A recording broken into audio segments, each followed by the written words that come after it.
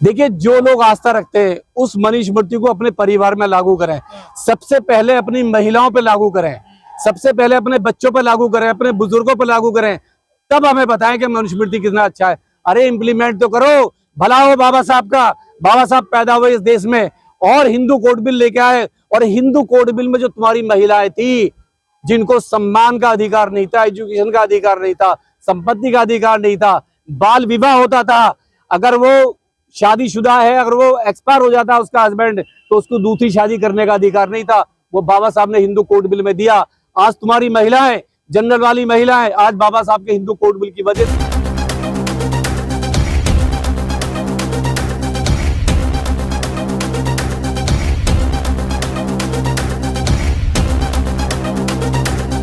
Doctor साहब, आज मनुस्मृति दहन दिवस के रूप में तमाम लोग मनाते हैं। आप लोग मनुस्मृति को आज के दिन जलाते हैं, आखिर क्यों जलाते हैं? क्या दिक्कत है मनुस्मृति से आप लोगों को? देखिए, सबसे पहले तो पूरे देशवासियों को इस दिन की बहुत बहुत शुभकामनाएं। और ये हमारा ही त्योहार नहीं है, ये असल में जो त्योहार है, ये त्योहार है ब्राह्मणों का। बाबा साहब ने तो ऑर्डर दिया था, इसको जलाया था ब्राह्मणों ने, जो बाबा साहब के लिए साथ में संघर्ष कर रहे थे और मांग कर रहे थे इस देश में कि जो मानवता की लड़ाई थी, जो भेदभाव था, जो छुआछूत था, जो हमारे लोगों से नफरत करते थे, तो कुछ उसमें ब्राह्मण इतने अच्छे थे जो बाबा साहब के साथ में थे, जिन्होंने बाबा साहब के साथ संघर्ष किया और मनुस्मृति को जलाया। तो सैल्यूट है ब्राह्मण समुदाय को, और आज भी उनको जलाना चाहिए। क्यों जलाया मनुस्मृति को? मनुस्मृति एक ना ग्रंथ नहीं था, एक ऐसी किताब थी जिसमें पूरी मानवता की, पूरी जाति की, पूरी नारी की हत्या की हुई थी। सारे अधिकार, जो अधिकार एक जीवन के अधिकार होते हैं, जीने के अधिकार होते हैं, उनकी हत्या की हुई थी और वो छीने हुए थे। एक महिला को पैर की जूती बना दिया, एक महिला को जानवर बना कर रखा, एक महिला को केवल एक कहना खिलौना बना कर रखा, और एक जो हमारे SC ST थे, OBC थे, उनके सारे अधिकार, एजुकेशन के अधिकार, जीने के अधिकार, संपत्ति के अधिकार, यानी प्रॉपर्टी का अधिकार सारे छीन कर रखना, और ये उसको एक जानवर की श्रेणी में रखना। तो एक वो किताब नहीं थी, वो एक आतंकवादी द्वारा एक लिखा हुआ एक ऐसा ग्रंथ था जिसको कोई भी देश अपने देश में लागू कर ही नहीं सकता था। तो ये बाबा साहब ने जो जलवाया, बड़ा सोच समझ के जलवाया, और हमें बड़ा गर्व है अपने बाबा साहब पे कि उन्होंने वो कदम उठाया, और हम उनकी औलाद हैं जो हर वर्ष इस दिन को बड़े धूमधाम से मनाते हैं। जगत गुरु कहते हैं कि बाबा साहब ने मनुस्मृति को पढ़ा ही नहीं, बिना पढ़े जलवा दिया उसको। देखिए, बाबा साहब ने पढ़ा, हमें पढ़ने की जरूरत नहीं थी, हमने तो सहा है उसको। हमारी पीढ़ियों ने हजारों साल तक उसको इम्प्लीमेंट किया, सहा। झाड़ू कैसे बल्ला होती है और कमर के ऊपर कपड़ा कैसे पहना जाता है, त्रावणकोर में हमने देखा कि किस तरीके से हमारे बच्चों की हत्या होती थी, उनको गंगा में दफन कर दिया जाता था, उनकी बलि दी जाती थी। तो बाबा साहब को पढ़ने की जरूरत नहीं थी, उनके पूर्वजों ने उसको झेला है, उसको बर्दाश्त किया है।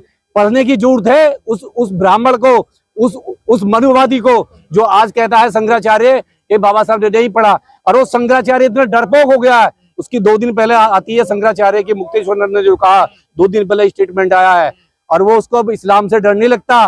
वो कहता है कि अब देश में जो सबसे बड़ा खतरा है वो अम्बेडकरवादी है।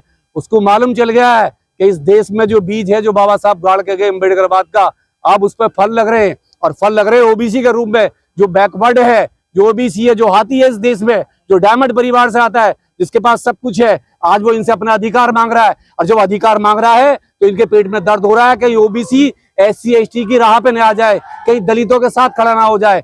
ये सबसे बड़ी पीड़ा शंकराचार्य को हो रही है, और ये बड़ा अच्छा है कि उसे खतरा हो रहा है अम्बेडकरवाद से। नहीं, अगर आप हिंदू धर्म को कमजोर करोगे तो खतरा तो होगा ही ना। आप लोग धर्म परिवर्तन कर रहे हो लगातार। हमें धर्म परिवर्तन करने की जरूरत नहीं है। बाबा साहब 1956 में देखे गए, जब उन्होंने दीक्षा ली और 10 लाख लोगों ने उनके साथ में दीक्षा ली, तो बाबा साहब तो पहले ही देके चले गए। बाबा साहब ने इस धर्म को बदलने की बहुत ट्राई की कि आप हमें अपना भाई समझो, आप हमें अधिकार दो।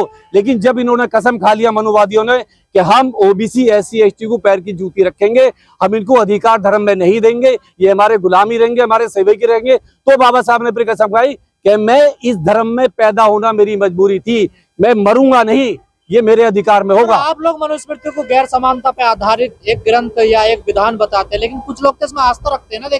देखिए, जो लोग आस्था रखते हैं उस मनुस्मृति को अपने परिवार में लागू करें। सबसे पहले अपनी महिलाओं पे लागू करें, सबसे पहले अपने बच्चों पे लागू करें, अपने बुजुर्गों पे लागू करें, तब हमें बताएं कि मनुस्मृति कितना अच्छा है। अरे इम्प्लीमेंट तो करो, भला हो बाबा साहब का। बाबा साहब पैदा हुए इस देश में और हिंदू कोड बिल लेके आए, और हिंदू कोड बिल में जो तुम्हारी महिलाएं थी जिनको सम्मान का अधिकार नहीं था, एजुकेशन का अधिकार नहीं था, संपत्ति का अधिकार नहीं था, बाल विवाह होता था, अगर वो शादीशुदा है, अगर वो एक्सपायर हो जाता उसका हस्बैंड, तो उसको दूसरी शादी करने का अधिकार नहीं था, वो बाबा साहब ने हिंदू कोड बिल में दिया। आज तुम्हारी महिलाएं, जनरल वाली महिलाएं, आज बाबा साहब के हिंदू कोड बिल की वजह से आज IAS, PCS, डॉक्टर, इंजीनियर, वकील बन गई हैं, वो देश की CM PM बन गई है। तो सवाल ये कि बाबा साहब तुम्हारे तो पैगंबर है, जो जनरल वाले हैं उनकी महिलाएं, उनके लिए तो पैगंबर है बाबा साहब। आप उनकी पूजा कीजिए, उनकी अर्चना कीजिए और बाबा साहब को सैल्यूट कीजिए। आप महिलाओं की चर्चा कर रहे हैं, उन्नाव का आपने रेप कांड सुना होगा, कितना चर्चित कांड था। जो कुलदीप सेंगर थे उसके आरोपी, उनको जमानत मिल गई है। देखिए दिल्ली हाईकोर्ट ने जमानत दे दी है। देखिए ये जो माहौल है ना, जब से देश में 2014 सरकार बनी है, इस देश में सरकारों के साथ में न्यायपालिका मिल चुकी है, सरकारों के दबाव में न्यायपालिका काम कर रही है। और ये एक नहीं है, ये कितने सारे जजमेंट है ऐसे जो महिलाओं के खिलाफ आए हैं और रेपिस्टों को छोड़ दिया गया है। बिल्किस बानो का देख लीजिए, कुलदीप सेंगर जैसे आदमी बलात्कारी को देखिए जब बिल्किस बानो के जब बलात्कारियों को, हत्यारों को जब वो छोड़ देती है अदालत और उनका वेलकम होता है, तिरंगे झंडे से उनका वेलकम होता है, भारत माता का नाम लिया जाता है, नारे लगाए जाते हैं।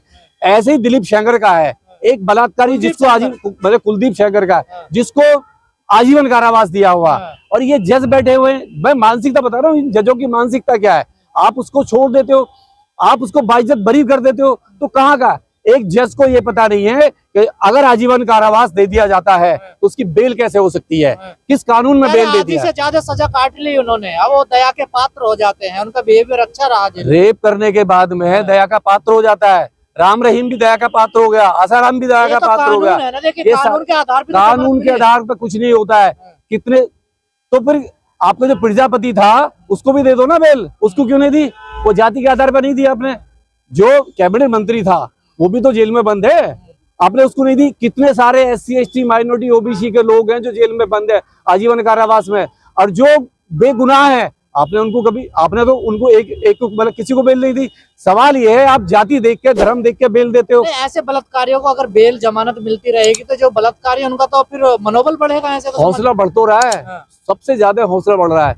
देखिए जो हाईकोर्ट के जज का, यूपी में जो हाईकोर्ट का जज वो था, उन्होंने कहा कि स्तन को दबाना, नाड़ा तोड़ना ये अपराध नहीं है, ये अपराध की रेप की अपराधी में नहीं आता है।